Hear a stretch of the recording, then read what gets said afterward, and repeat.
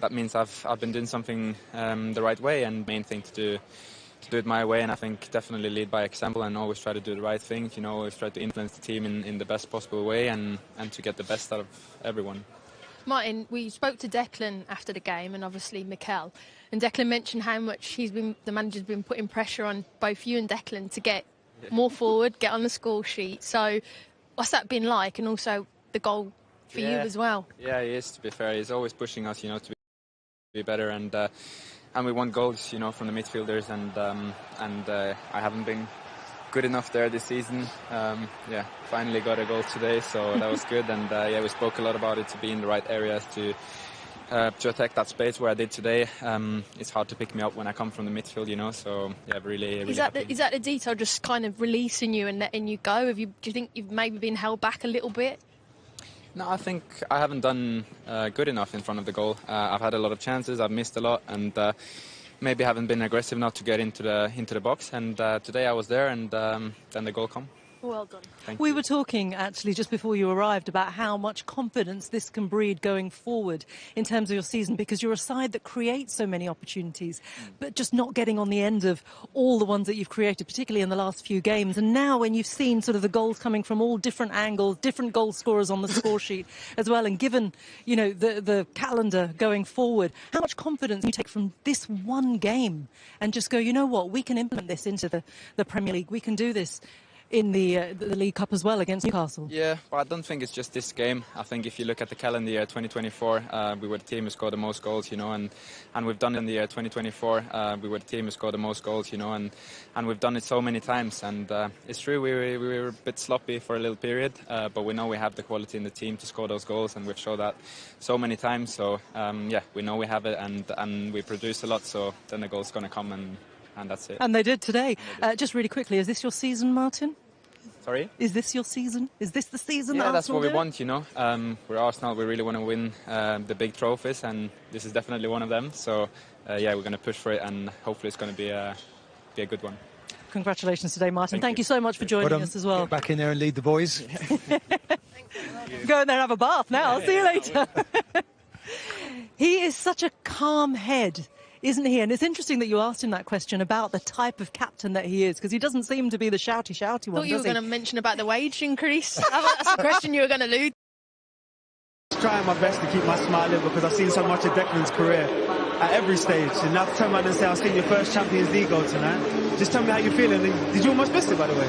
I'm so annoyed, honestly, because I had the same position against Man United in the Cup and I missed, and then the same there. So, look, I'm getting in the right positions when I play 8. She scored a good goal in the first half, but I'm annoyed I didn't get a second. You know, that's where I've got to be a bit more clinical. But to get my first Champions League goal, I think it's been obviously taken me 2 seasons, but I'm so happy, and hopefully many more to come. I hear all the talk about a striker, but I heard also the talk from you guys internally about sharing that collective responsibility about scoring. So there's opportunities like tonight and you getting on the goal sheet, in terms of Martin getting on the goal scoring sheet as well. Is that important in terms of... Yeah, it's so important. I think the manager, he's been on us really hard about midfielders arriving, because so many goals can come from there. It's down to us, you know, to make up that extra 5-10 yards. And Martin obviously did there right at the end of the game. I did for the header. So we've got to keep arriving there, but everyone's contributing, and look, it was an important win tonight. You know, it's been a really positive Champions League campaign, so we've got one more to go now. Hopefully we can win that as well. It was around this time last year where you guys put an incredible run together.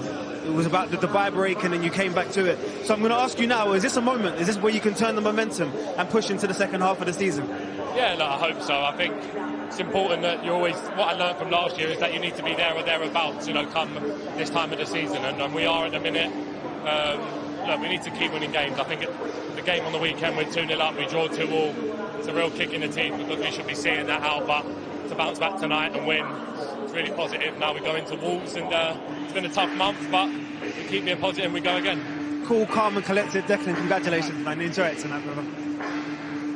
Very difficult January, but they got the job done tonight, Karen. It was a clinical performance in the end, wasn't it? Yeah, I thought it was professional. You know, the chances that they had, they absolutely took them. I think it was great to see the midfield getting involved and getting on the score sheet. Obviously, JD interviewed Declan Rice at the end. I thought that was quite telling how the manager's you know, put a lot of pressure on them to get into the box at the final third and make an impact, and they did tonight. But overall, it was a very controlled performance, and only 1 point now, and they're pretty much through, and removes 2 games out of the necessary games that they don't want in February. Yeah, and that was the key, wasn't it, to really kind of seal the deal tonight. I mean, at one point in that first half, it looked like Zagreb could have posed a bit of a threat, but they sort of nullified that in the second half and came back, and in the end managed to just get the job done in the way that Mikel Arteta would have wanted them to.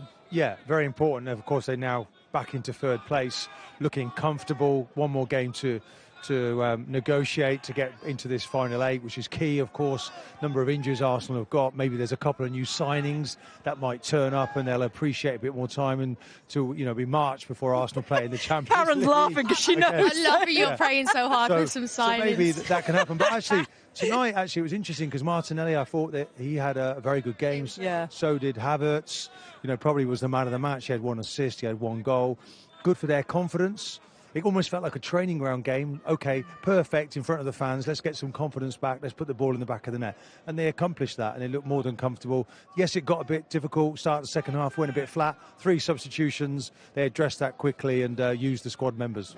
Yeah, they certainly did, and that's the key, isn't it, in games like this where you look to sort of seal it against a slightly lesser opposition, and they managed to do that. And they did get off to a great start, though, didn't they? 2 minutes in, Declan Rice with his first ever Champions League goal. Yeah, I couldn't believe that, and it was a great goal as well. I thought, as we mentioned, Martinelli was really positive. I like how he went on the outside then. Martin's getting a lot of love here, Martin. I've got to tell everyone. Martin's a superstar here, I have to tell you, everywhere you go. Rice is the superstar. Yeah, but the timing Not as much as you. the timing of Declan's run, though, is, as you mentioned, it's about not getting in there too early and sensing it, and he absolutely did. Brilliant setback from Kai Havertz, the awareness, and then there's that timing and the clinical finish. But Martin's right, Martinelli was key, good setback. Everything in this goal was perfect for Declan then, and the finish. It's his patience, isn't it? You see, I think it's more intelligent. His movement there.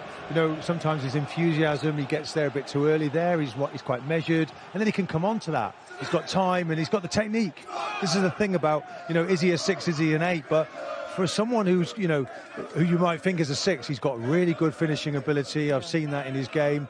His feet are improving. His passing range.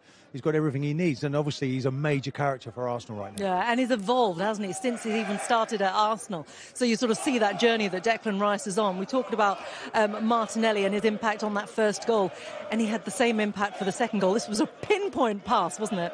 2 assists for him. Again, decision making really, really key. But I love this one now. This time he's coming in, sensing where the space is. Just gets in. It's a beautiful ball because the keeper's thinking he's starting to come, then he's thinking no, defenders are backpedaling, and then it's a great header and a time of the runs again. And Kai does really well in there and then peels back out, no one's picking him up, and like we said, the quality of delivery, and then it's just easy for Kai Havertz then for that nice little header. But again, 2 goals, and it was kind of the perfect build-up, really. I think with Havertz, you see, he sort of ghosts into that space and he doesn't get picked up, and it's great movement from him. But the directness from Martinelli, you have to have somebody that affects the back line, that asks the question, that keeps wanting to test the opposition. And Martinelli does that every week. He's done it from the left. We asked the manager, will you change it? Will you put Sterling there? No, he's stuck by Martinelli. And it's paid off because he's assisted with 2 goals. Yeah, he has. And look, Arsenal scored 3 goals in their last 2 home games in the Champions League. They got a third tonight, albeit a late one. And this was Martin Odegaard in added time. Yeah, again, we mentioned about midfielders getting on the score sheet, and it's great for him to come on. I think poor defending in the end, but a great ball in behind, spaces on there, and the runs in then. And again, it's about time, and I think you get a little bit of luck from Trossard with it. He's trying to nutmeg, I think, getting it in there, but a little bit deflection. But again, arriving into the space, you're not in there too early. The timing of it's really good. And also on the clip, you'll see that Declan Rice is in there as well. So it's great to see both of them as attacking 8s getting in there. And Declan's run actually caused a bit of havoc there, so it was in. You just see it from there. Declan Rice goes in, tries to glance, but then it's both 10s, isn't it? Yeah. The deep they play sort of in the half spaces. But for Odegaard, this is the first goal since April that he scored in open play and not from the penalty spot. So again, it's important for confidence. You know, there's still a long way to go in this season. Everyone's saying Liverpool are going to win everything. But it's important that while on this journey, the confidence returns, and with goals, of course, that brings that back. OK, that is it for the moment. We're going to come back.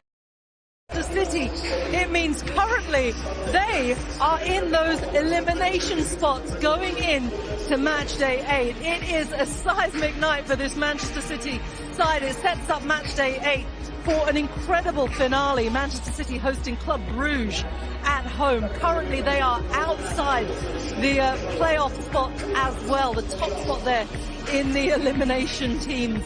The 2023 champions. This is not where Pep Guardiola and his side thought they would be. Arsenal star Declan Rice pelted by missiles before riot police forced to intervene.